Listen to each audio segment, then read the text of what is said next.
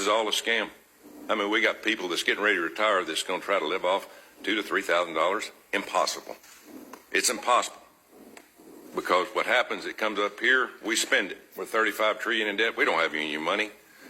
We're dead broke. And then taxpayers have $2 trillion in credit card debt. We are in huge trouble.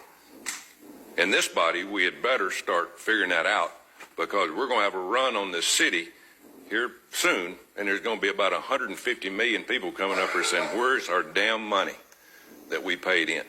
I could have put my Social Security money for 40 years in tax in the market and probably be worth 8 to 10 million today. But the federal government wasted it. So I'll get off my horse there. But it's good that we have this, because we got, I get a little pension check from education. I was part of a union.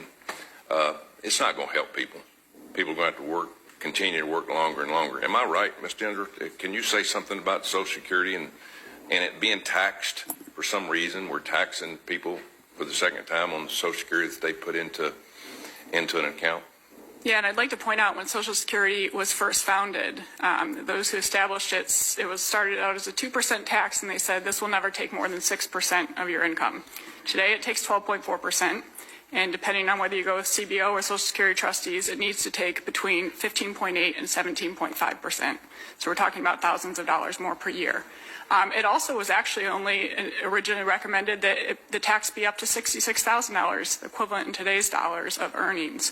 But over time, it has expanded massively, and the money has been spent every year. So whereas everybody thinks this money's been set aside for me, no, for the past 13 years, every dollar that has gone out of workers' paychecks has gone immediately to pay promised benefits. And that's what happens when you have a system that enables those in charge of it to spend the money in the immediate term and leave the buck to the next generation that's coming along. And because Social Security has grown so much, it's actually to the detriment of lower income workers in particular, who have to pay such a large share of their paycheck to Social Security.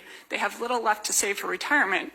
And then lower income and African American workers have the lowest life expectancies. So they are the most likely to get nothing back in return. 1 out of 4 African American men will die between the ages of 45 and 64 after having paid into this system for decades, tens if not hundreds of thousands of dollars, and they might get nothing back. What's the solution?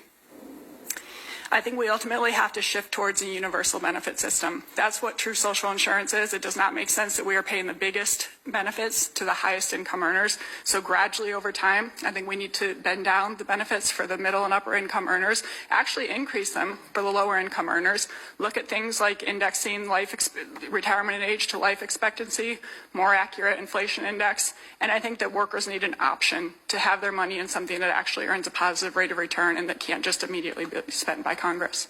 I have a 28 and 29-year-old, 2 boys, got a job, working hard, paying Social Security. They ask me all the time, Dad, will I ever see any of that money? Will they see it? I think they will see some of it. That's the exact same thing I hear whenever I ask a group of younger workers.